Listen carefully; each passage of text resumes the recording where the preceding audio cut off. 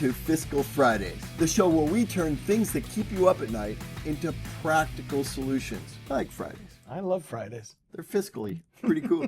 I had no other options when I started this company 25 years ago. No other option. 18,000 families later, your questions may change, but the blueprint's the same. I hate the term forced retirement because it's just another way to say life happens. The real question is, what can I do? What should I do? How do I keep my family and myself safe? And I'm not the only advisor at American Retirement Advisors who's seen the exact same scenarios over and over. Kyle, you're a certified Medicare planner, which is a fancy way of saying you really know how to solve problems. That I do. What do you think about forced retirement? I can count on this hand how many people I've helped in more than a decade that actually retired on the exact day that they planned. Right? The reality is, for all the others, that retirement date came straight out of left field. Today's show is loaded with deadlines, time bombs, and other time-ticking items. And the deadlines are exactly where good, careful people get hurt the worst. Just last week, we talked to Ray. We did. And he's a perfect example of how we can actually help. This call was a rough one. My name is Ray. I'm a 68-year-old, and 3 weeks ago, I found out I'm retired.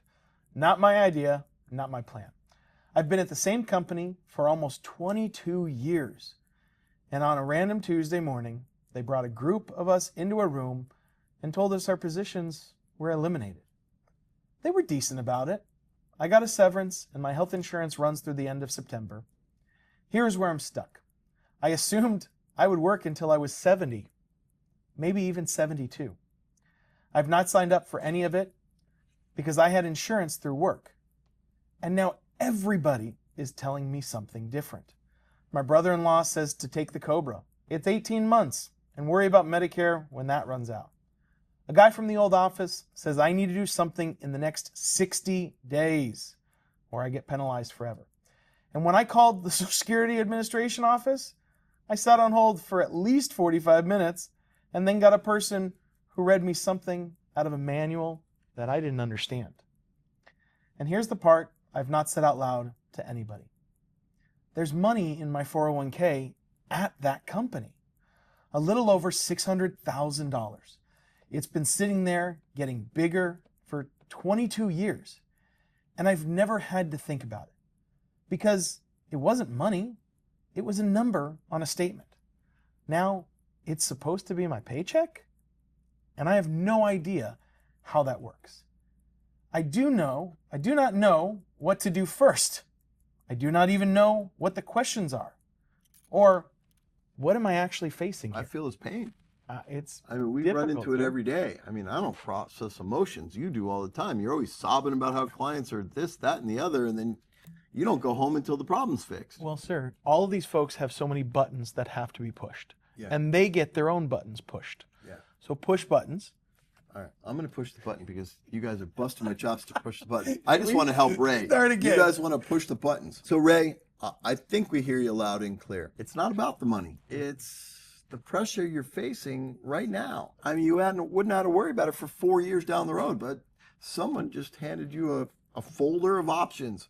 And here, this is your life in a folder, right? Kyle, he's on the clock, but what do we mean by that? It's pretty much the standard. The company hands you thin information and calls it done. See you later. What we really need to find out is what we're doing with the time that we do have. So you got 3 time bombs, and I'm not trying to be funny about the term, but the time bombs are already ticking. And the biggest problem, first off, is this Medicare. Yep, it's not the money, it's the Medicare. Possibly an 8-month timeline? Wait a second, possibly? Well, yeah, because every timeline's different and there's a bunch of different parts, sir. So the part that's not part of that 8 months is the part that's potentially 2 months. Correct. And that's the Part D prescription drug portion of his Medicare plan. And the 8 months doesn't start when people think it does. When does it start? Well, it starts from the time he loses coverage, not the time he lost his job. There's an 8-month potential timeline for Part B. There's a 60-day potential timeline for Part D. D is in drugs. There's another timeline for the Medigap's part of a Medicare supplement, and so many more. This stuff is complicated, but you got to get it done right. And even though COBRA could be a right bridge or the right timeline in certain situations, something for people to know is that COBRA is absolutely not creditable when it comes to Medicare Part B. Wait a second. It's not creditable for B as in boy. Correct. But it potentially could be for Part D as in drugs. Correct. Stuff's complicated. You're giving me a headache. All the information that you're getting from everybody could be right, could be wrong. Everybody's situation is different and unique. But guess who gets hurt if you get it wrong? He does. Yeah. So it might be something And to then plan. whose fault is it? Well, you can't blame anybody because the only way that you can get it, you can't call Social Security, you can't call Medicare because they're not allowed to provide guidance. And They they're can not answer gonna a fix question. And yeah, for sure. They're not going to fix it. But the key is you can't call Medicare about a Medicare question. You can call them about a question about Medicare. You can't call them to understand your situation. Correct. Because they'll just tell you should sign up. And then when do you sign up? And how do you sign up? Right. Those are all bigger questions that nobody's going to help with. It's been a long time since they've been able to provide advice. Yeah, so you're going to have to go elsewhere. But you're a certified Medicare planner. Yes, sir. Which So are means- you. Well, yeah. We help people every day. Cobra can be a bridge. But even that could have a 2-month countdown. Your brother-in-law's advice is Flat wrong. out, flat out. Don't listen to that guy. Nope. You'd think this you're anyways. safe for more than a year. Yeah. Meanwhile, that Medicare clock doesn't care. It's been running the whole time. When your Cobra finally does run out, your 8 months to enroll in Medicare ran out 10 months ago. Wait a second. What? A lot of times, I mean, this is why the first page of one of our books says Cobra's not going to work. But we've helped, I can't tell you how many tens of thousands of folks and companies try to fix this. But we're one little teeny weeny company. We're in all 50 states. No, we ain't that teeny weeny. I know, but we can't help everybody. As much as I want to, as much as we wanted the books to get out to help everybody, they did for a long time. The 8-month thing, if they miss that window, and they're in the middle of the year, and there's no election, they got to wait till the next election period, which could quite honestly be January of the next year, starting in February, as the soonest time. I've seen some folks go 9 months without any coverage. And the worst part is, by the time they get the coverage, they get a lifetime penalty. For every year that you don't enroll, there's a 10% penalty added to the Part B premium for every 12-month stretch that you didn't enroll and you should have. Now, that's just Part B. There's a whole nother one on the Part D. And again, that's not a one-time fine. It's permanent and irreversible. Irreversible means not even you could fix it. Nope. As much as I want to. So let me say this another way. A responsible man takes the coverage his own company put in front of him. That makes sense. Smart thing to do. Yeah, he feels covered the entire time. But the penalty for not getting your Medicare when you need to, as you're exiting employer group, is a life sentence. It's the single most expensive and most common mistake that we watch people make year after year. And no one sees it coming. But fortunately, Ray can still beat this time bomb. Run! But here's the next thing. I bet no one's ever warned you, Ray, about what happened 2 years ago. 2 years ago, that's already in the history books. Well, yeah, but 2 years ago when he was making his highest earning income, they're going to report that to taxes the year later, and then the IRS is going to take a whole nother year to report it to Medicare. You mean so that great year that he had, that he made, I don't know, $1 million? That was his life goal, to make $1 million in 1 year? So hear me out. That situation could triple his Medicare premium. Wait a second. Medicare, we're in 2026 when we're recording this, Yes. right? So Medicare's premium right now, as long as your income is below $109,000, As an individual, is $202.90. correct. And you're telling me that this form says it could be $689.90? Well, that's just Part B, sir. There's another one on Part D. 91 more dollars? So the total premium for some of the highest earning income earners for 2026 could be nearly $800 a month for their Medicare. Kyle, What? tell me you can fix this. Well, he's not working anymore, so there's an opportunity. Wait a second. What? You just said he made $1 million. Oh, I said he made $1 million. And then you said how much is, this is just his Medicare premium. He hasn't done anything with his Medicare yet. So it's based on what Ray actually earned 2 years ago. So Ray gets laid off. His income goes down to zero. It falls off a cliff. And Uncle Sam says, here's the bill. But there's a simple fix. It's what's called the SSA-44. It's a very specific form. Paper, right? Yeah, but it's a specific form. They can go online to SSA.gov, a government website, and try and find it. They can just call our office. We'll see. They can. Yes, sir. SSA Sierra Alpha number 44. Yep. What's it actually stand for? Medicare income related monthly adjustment amount, life-changing event. Well, Kyle, I would think getting laid off is a life-changing event. Kyle, why does it have to be a whole sentence? Because it's the government. They talk a lot. So he made $1 million 2 years ago. The government says that his Medicare bill is going to be what, $800, something like that. But he's not making that much money anymore. Correct. So what you're saying is he can fill this form out, send it to the government, Without and then a doubt. they'll fix it. Yep. As long as he does it timely, he'll get the notice. Hopefully he doesn't have a heart attack when he reads the notice. When he gets back up off the floor, he can fill out this form, get it to the government, and before he owes the money, that surcharge will be gone and it's back to the normal rate that everybody else is paying. Reduced or gone. Either way. Depending on what his new income is. But Now- it won't be that income anymore. Well, but getting laid off is not the only situation. So there's actually 8 different qualifying life events. It What? could be I mean, work. to reduce that premium or make it go away. Yeah. Most common is work stoppage or work reduction. Yeah. But well, some folks are still getting married. Mm-hmm. Some people are getting divorced. Mm-hmm. Unfortunately, there are some times where we're left alone in a marriage. That can be tough. But work reduction and work stoppage are the 2 most common. But there's 8 of them. They are. But you know how long it takes the government to do just about anything. But Now- they're good with this form. You get them this form and they're pretty quick about it. Now, I will tell you this. The most difficult part about this is that nobody hands it to you. The government doesn't send it to you in a letter, but they do send you a letter that says you can appeal the surcharge. An appeal is completely different than using this life change event form. I'm going to appeal to you. This form is 2 pages. Mm-hmm. It takes 5 minutes to do it. Mm-hmm. And the other pages are really an explanation of what that stuff is. And where to send it. The fix is not terrible. It's not knowing that there is a fix. Or doing the wrong fix and using an appeal instead of the right fix. Sounds like they need a certified Medicare planner to walk them through this so they do it right the first time. I think I know somebody in a red tie that might be able to help. Just call client care, give you the silly form, or I bet you they'll put a link below as to where you could go find it on the government's website and we'll take you right there. But now a lot of folks will say, hey, I'm now retired and I want to do Roth conversions. That's not on this list. We've had clients come to us well after they did what I'm going to say next, and they didn't realize what that meant. They had all this money in their 401k. They rolled it over to wherever, and now it's in a rollover IRA. And then one of the spouses said, hey, it's a great idea. Let's pay off the mortgage. Okay, now they don't have a mortgage. Yay. But sir, why would folks do that? If they're making more money in their accounts and they're... You asked me the Interest. question, why? You're being reasonable. You're doing the math. I see. Here's me. I'm doing your emotional part. Okay, well, I've been told all my life you pay off your mortgage and you'll retire comfortably, which was correct in the 40s. We're almost in the 2040s. but in the 40s, wasn't the rate like 18%? No, it wasn't 18%. But the point was the world is different, but folks remember stuff from previous generations. So Kyle, just real quick, if somebody takes money out of a 401k, and it's an okay thing to do, they can take it out. It's their money. They take out $500,000 to pay off the mortgage. Now they owe tax, yeah? Yep, State, yep, federal, yep. okay.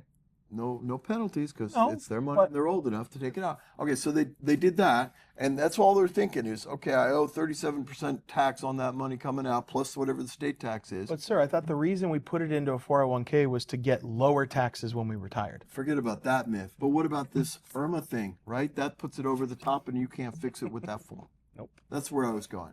So Roth conversion, very popular subject because it's pretty cool if it works for you.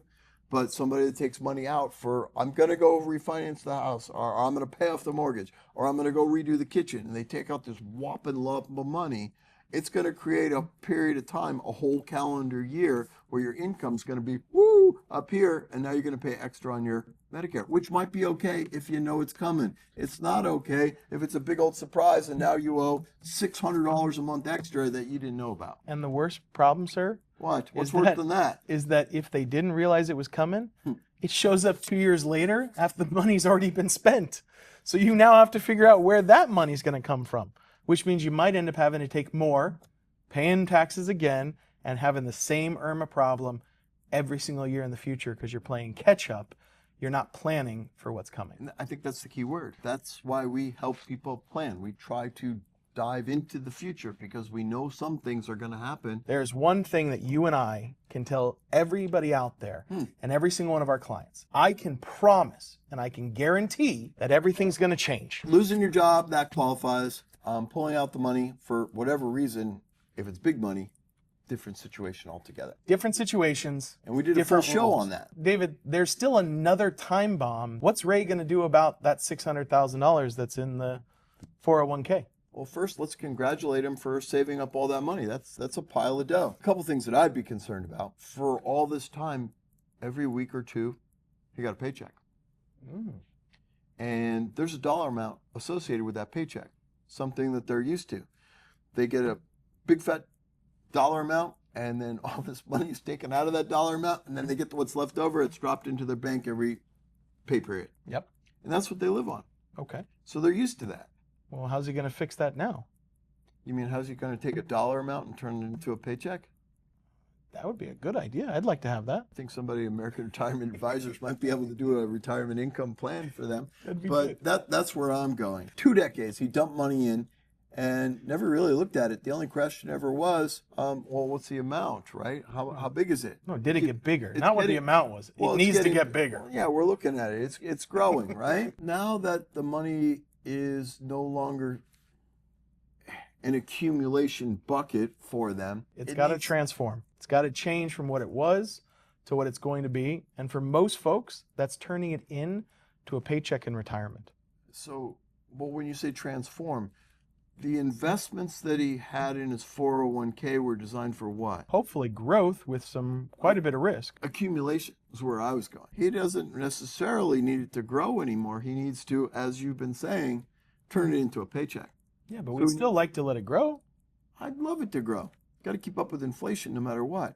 But when you say transform, we need to change its purpose from accumulating into providing an income for both of their lifetime. Growing a number, as we've said, is completely different from making it last the rest of your life. Yeah. We talk about stretching our money versus in retirement, planning for our money. So stretching to me doesn't sound like fun. Something almost always has to give, right? Coupons, clearance, day-old produce. We got to stretch it, right? You might not get the name brand cereal with the toy in it. The Malto Meal Frosted Flakes? No, they're not even frosted, are they? Let's not get into what they actually are. Stretching to me is like sacrifice. But I don't want to sacrifice in retirement.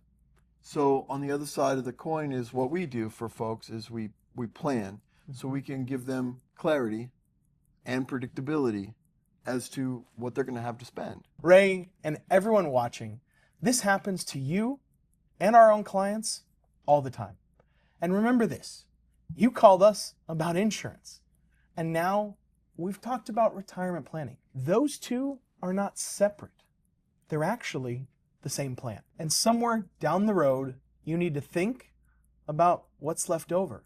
And that inheritance plan. Yeah, inheritance planning. It's really one big, cohesive, coordinated, connected plan. There's some stuff you're going to need to do right now. I'm going to try not to go off script.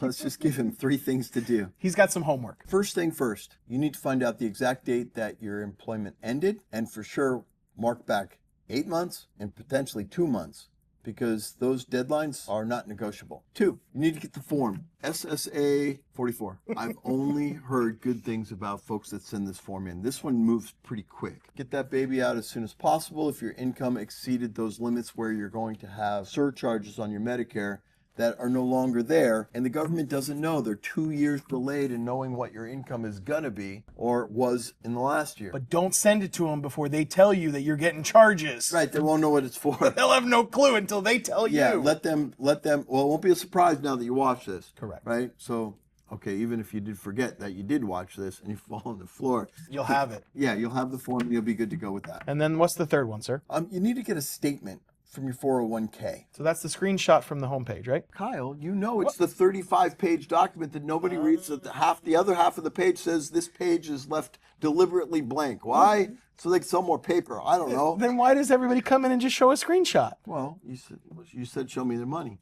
Here, I have all this money. So we're definitely going to need a full statement. Either quarterly or monthly. They come to you in the mail. You can download them directly from your accounts. Yeah, but it's the statement, not the summary. Now, here's another problem, sir. What? Ray's been let go. Most people, for whatever reason, choose to have their 401ks in their work emails. Well, if they're no longer working and they don't have access to that work email, how are they going to get access to that account? If you like adult beverages, go get one and call the toll-free number from the last document that you have from your 401k and get a hold of that 401k trustee, whatever company that is, and ask them what the process is to get online access.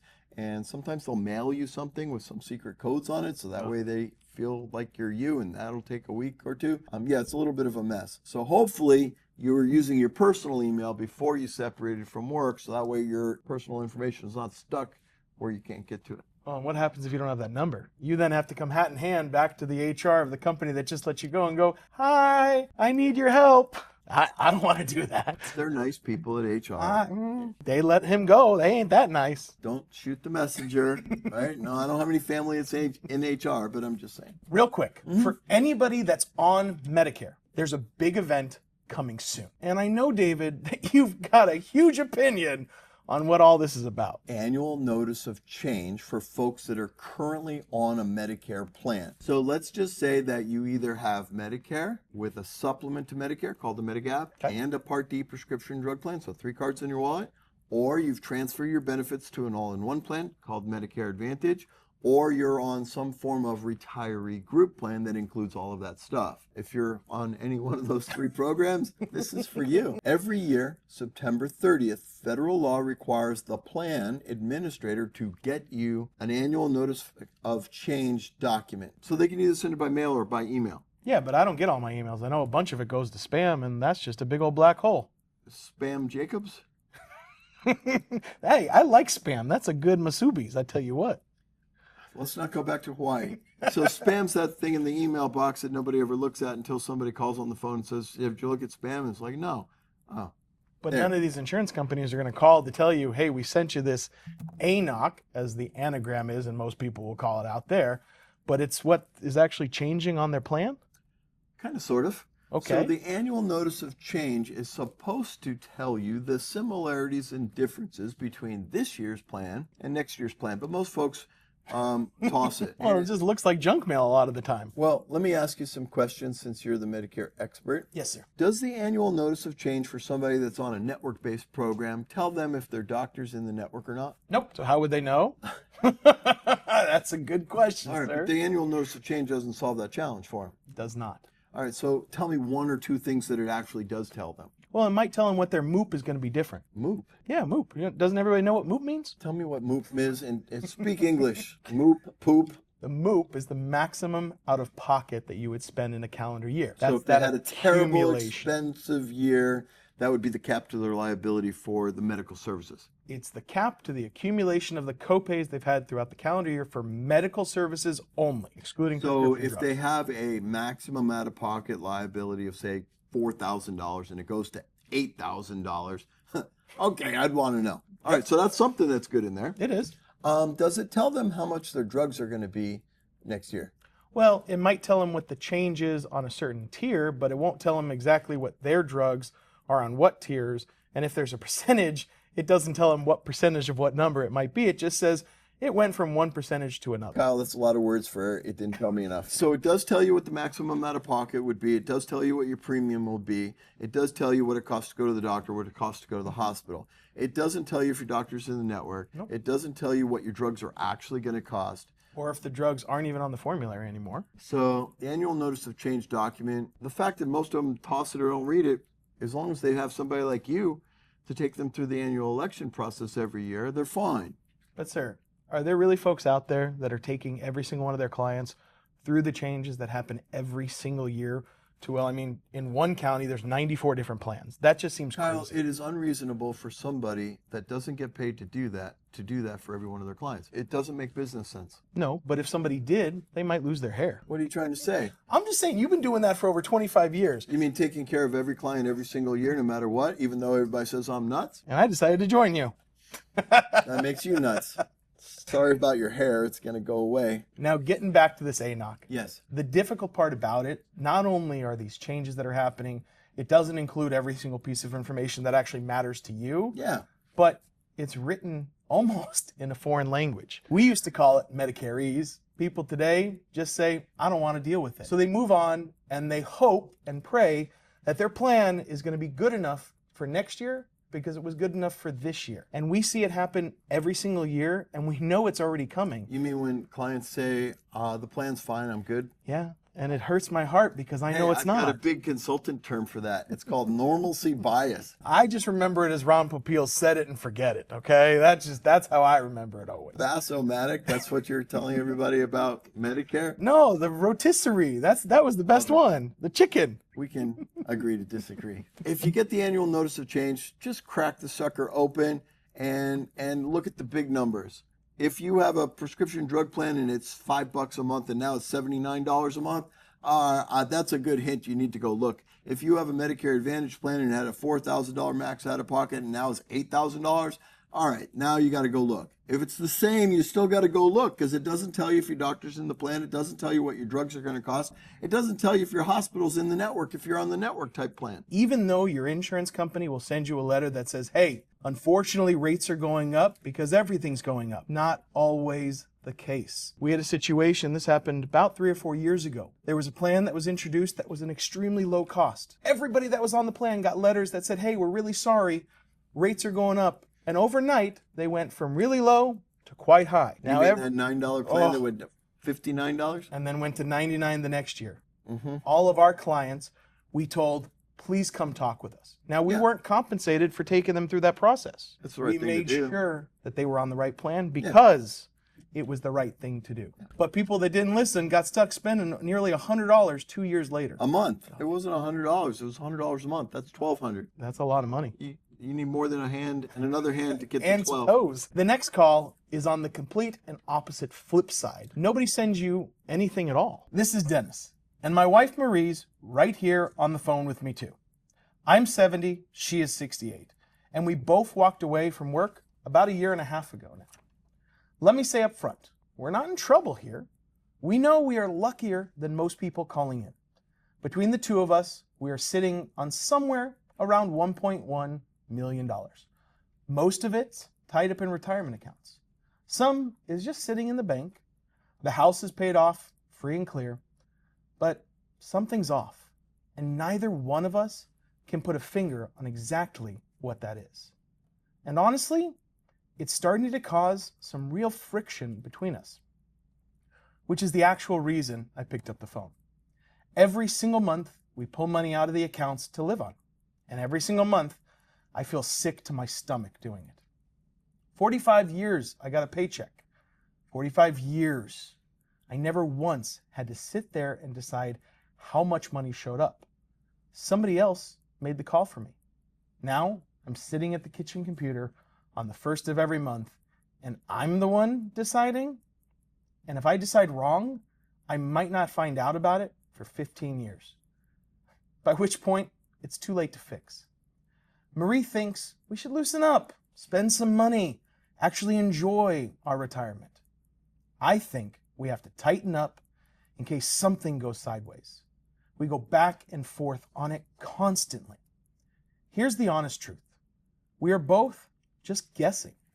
Two people with over $1 million between us, guessing every single month. And to top of that, the money is scattered everywhere. There's an account at a company I left in 1998 that I flat out forgot existed until we started adding everything up on paper. There is Marie's account from the school district back when she was working.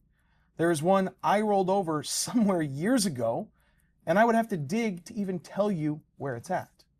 Nobody, not one single person, has ever sat down, looked at all of it in one place, and told us what it actually adds up to and what it's actually capable of doing for us. Our Medicare, at least, is handled. We got that piece right, sat down with, well, a certified Medicare planner, and know exactly what we've got there. To us, it's just the money side that we never got straight. Is that normal? And what does a person actually do about this? Congratulations on accumulating $1 million. You are a millionaire. Here's what I'm hearing. You didn't lose your income. You lost somebody else deciding what your income is going to be. That's different. So you guys aren't really fighting about money per se. It's fighting about the unknown. Correct. Right? Most folks are only anxious about things that they worry about that they don't know an answer to, and sometimes they don't know the question to get the answer. I think that's where you're at. I got an idea. Marie is not wrong. Worked hard all your life. Let's go live it up. But Dennis isn't wrong either. No, because you wouldn't want to spend more than you're supposed to spend, because what if something happens? What you need is your old paycheck again. Or a budget. No, hate budgets. Why? Everybody loves budgets. Oh, good. You do the budget. All right. No, but what you need is somebody to go through the planning process with you, a retirement income planner, right? Mm-hmm. And get you what your monthly paycheck could be based on what you need it to be. But sir, in retirement, nobody told us that we could have a paycheck in retirement. Why not? Well, they need a roadmap. Mm-hmm. Mm-hmm. And that's why I started the company a long time ago. But for Dennis and Marie, yeah, they're not actually disagreeing about money. They don't want to mess up. And it's simple, because we really need to talk about the colors of money so people can understand what's going on. You mean the stuff we've been doing for folks for a quarter of a century? We start with, I think it's the most important color of money because it's what many people are concerned about, but it's the yellow money. It's the money that's liquid and available. It's in your bank or credit union or in your brokerage money market account. It's money that you can get to immediately. But Dennis has most of his money tied up in retirement accounts. And most of those accounts will only allow them to invest in red money, which is in the market. So it can go up or down? Of course. Do they have control over it? If it's inside of your company's 401k, you have control over picking what they allow you to pick. If you move it into a brokerage account, you can pick almost anything. But that red money, they can't control what the market does. No, but if they had a fiduciary, big word, sorry, managing their money, that's a retirement income planner, I think they would feel a lot more at ease about what's going to happen with that money, because it's far more predictable if you're using a professional. And then we talked a little bit about this paycheck in retirement. Yeah. That's that third color, isn't it? Well, it can be used as a paycheck. Yellow money is liquid and available. Red money is subject to market conditions, right? It goes up and down. Green money is fully insured savings programs that could be used for income for life, but different than a pension because you would have access to the money. But most people don't get pensions today, sir. But some folks might have one from her school district, right? She worked at a school, they might have had a pension. The cool thing about a pension is it pays forever. It's a contract, right? But you don't have access to the money. So these fully insured savings plans could be set up to be like a pension that I didn't get to have because I'm not old enough to have a pension? It will provide predictable income for your lifetime and your spouse's lifetime if it's set up that way. But you can dip in and grab the cash if you had an emergency of some sort. The money's still yours. Different than a pension. A modern way of doing things. But why have none of these folks ever looked at these things while they were working? They don't offer them at work. So you mean there's a huge difference between the investment planners that were planning the 401ks at work and retirement income planners that are planning for retirement? Two different folks. They've got different jobs, different roles. A wealth manager or a broker is going to focus primarily on accumulation. We don't really do that. Not on purpose. We're retirement income planners. So we take what you've worked all your life for to make sure that it lasts for you, and then our inheritance planning team will make it go to the next generation as well. Yeah, we're forward looking. Dennis told you that he's got about $1.1 million, and most of it's in that red retirement account. And our honest guess is that almost all of it is in the red. There's probably a pile sitting in the yellow that's parked in the bank doing nothing. It's sitting there. I can go grab it if I want, but don't ask for too much. They'll have to call and get that ordered in. So the fix isn't necessarily more money, because they already have enough. The fix is finding out which dollars need to go into which colors. There is a newer color since this system was invented Is 25 there years now? ago. A lot of our clients have real estate holdings. I'm talking a little bit past your house and the cabin in the winter or the summer, depending on where you live. And that's the purple section. So you could speak to that because you're licensed as a realtor. In the state of Arizona, you've been living inside the single largest asset that most families will ever own in their entire life, and mentally filing it under, well, that's just where I sleep, instead of under, that's what I own. Purple money comes with its own rules, its own timing, its own tax treatments. But it would make sense to have a whole picture before those decisions are made. I don't even want to say the nasty word. You say it. We talked about IRMA, Yeah. that income surcharges. Yeah. What a lot of people don't realize is some people have made quite a bit of an investment on the homes they bought 40 years ago. So it's the government we got to watch out for. Well, because in retirement, you might want to right size. You might not need that large home any longer. But what's that mean? Does it come with a tax hit or an IRMA hit? Kyle, Yes, sir. what's the problem with the plan I want to build if I can't see it? Well, we got to get everything into one place, because if we can't see it, we can't do anything about it. You got to get the statements. You got to go find out what you have, and let's get it on a single sheet of paper. Yep. That's like our retirement income planning timeline. All assets on a single sheet of paper. Dennis, what you really want to do is call and triple check that account that you had from years ago still has your name on it, Yeah. and that your wife's That account. one was from Dennis's was from 1998, and then there was another one you guys didn't even remember where it was. I took good notes. Look, I wrote it right here. And his wife's accounts, if she had accounts prior to when they got married, those might have a completely different name on it. We got to get those fixed like today. They got to find him first to call him, and then they can get to fixing it. And then they got to prove who they are, because they got a different name now. Yeah, what a mess. All right, so number 3, you got to sit down together, just the two of you, and answer really one question. If you could say, here's what I need for a paycheck, and write it down together, then everything will revolve around your paycheck. Start off with what you were making when you were working. The amount of money after Uncle Sam and the state and the city and whoever. Everybody got their mitts out of your money. Whatever was dropped into your checking account as every cycle you got paid. Start there. You may not need that much. You may need more. Who knows? But whatever the number is, Yeah. if you know it, it's going to help the two of you sleep well. Yes. Every single Yeah, and then we can work around. You can build a retirement income plan, which is on paper with a document that has a number. You're going to get this much money every single month. It's not a guess. It's not, well, if the market does good. No, it's a contract. So you have that paycheck every single month. And Kyle, if they put some of their money in that green, whose money is that? Theirs. And if they have something terrible happen to them and they just need the money, It's theirs. Lots of options, sir. And I think people just aren't aware that they have them. They're so afraid with their dollars that are just sitting there. they're afraid of making mistakes so they don't do anything. I get it. And we'll see you next week for Fiscal Fridays.